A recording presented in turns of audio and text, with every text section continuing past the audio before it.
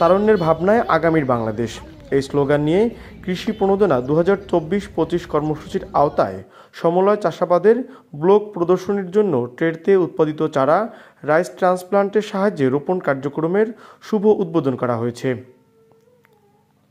উদ্বোধন অনুষ্ঠানে প্রধান অতিথি হিসেবে উপস্থিত ছিলেন পটুয়াখালী জেলা প্রশাসক আবু হাসনাত মোহাম্মদ আরেফিন।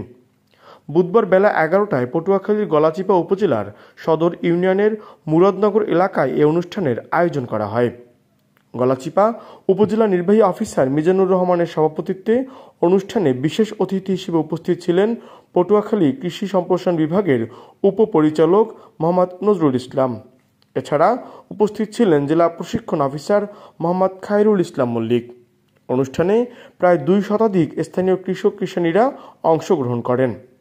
প্রধান অতিথির বক্তব্যে জেলা প্রশাসক বলেন, কৃষক জনগোষ্ঠী আমাদের দেশের আশীর্বাদ। তাদের অক্লান্ত পরিশ্রমের ফলে দেশের শস্য ভাণ্ডার সমৃদ্ধির দিকে এগিয়ে যাচ্ছে। বর্ষা ও রবি মৌসুমে আমাদের চাষি ভাইদের কৃষি প্রণোদনার পাশাপাশি পানির অভাবে যেন কোনো সমস্যার মুখোমুখি হতে না হয়, সেজন্য আমরা খাল খনন কর্মসূচি গ্রহণ করেছি। কেননা শহীদ প্রেসিডেন্ট জিয়াউর রহমান বাংলাদেশে কৃষি উৎপাদন বৃদ্ধির লক্ষ্যে প্রথম খাল খনন কর্মসূচি গ্রহণ করেছিলেন। নিউজ ডেস্ক, খবর পটুয়াখালী। আপনি কি আপনার মাদকাসক্ত স্বজনকে নিয়ে চিন্তিত? তাহলে আজই যোগাযোগ করুন পটুয়াখালী মাদকাসক্ত চিকিৎসা সহায়তা ও পুনর্বাসন কেন্দ্রে, পল্লী বিদ্যুৎ সংলগ্ন স্বাধীনতা সড়ক, পটুয়াখালী।